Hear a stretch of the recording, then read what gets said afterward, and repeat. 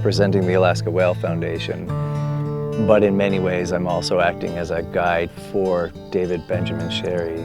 I am trying to really show him the Alaska that inspired me. For years I had been photographing landscape as just this place of human connection to nature and the power of it. And all of a sudden I realized that I'm also watching these landscapes change.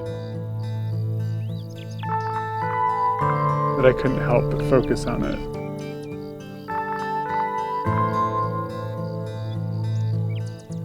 You know, my process is really different than most photographers. I use a large format 8x10 film camera, which is the historic way that the American West has been documented. It's one of the only cameras that you're not behind the camera taking the picture. You actually have to put the film in and observe it from a real perspective. It just feels like watching life move and then slowly stop.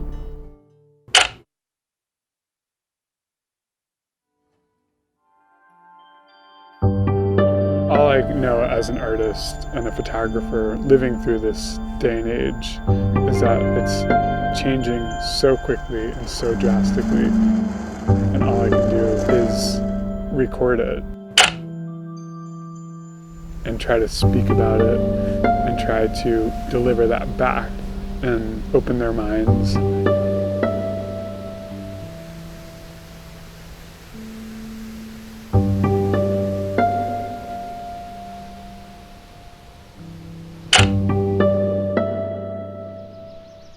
If you want to understand how natural ecosystems function, you have to travel to one that haven't been so heavily impacted. This is the largest tract of temperate rainforest on the planet. This is one of the world's great fjord regions where you can find some of the largest ice fields and the highest density of so many top predators like humpback whales, brown bears and black bears, things you only find in high-functioning, pristine ecosystems. But even here, you can see human impacts if you know where to look. We're losing large swaths of forest.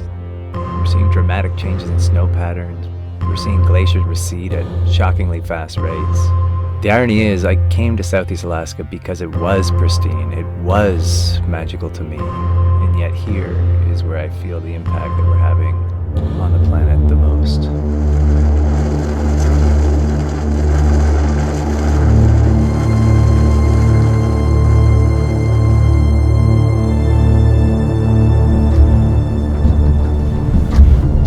David, if you look at the chart here, this is just our boat overlaid on the nautical chart, and all of this here is showing as ice. So basically our GPS is showing us situated over top of the glacier, but quite obviously the glacier is still a ways in front of us.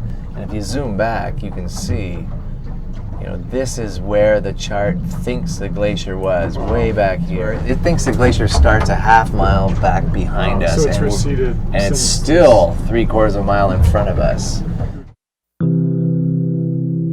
I think it's easy for most of us to ignore climate change because we simply don't experience it in our day-to-day lives. You know, most of us are living in cities, we all have our own problems, and these problems always take precedence over those of the planet.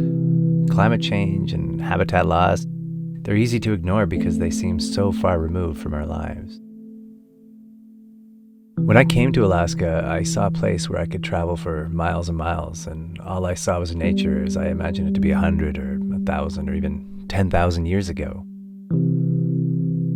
Doing its thing, free from our interference, free from the impact that we seem to be having everywhere else.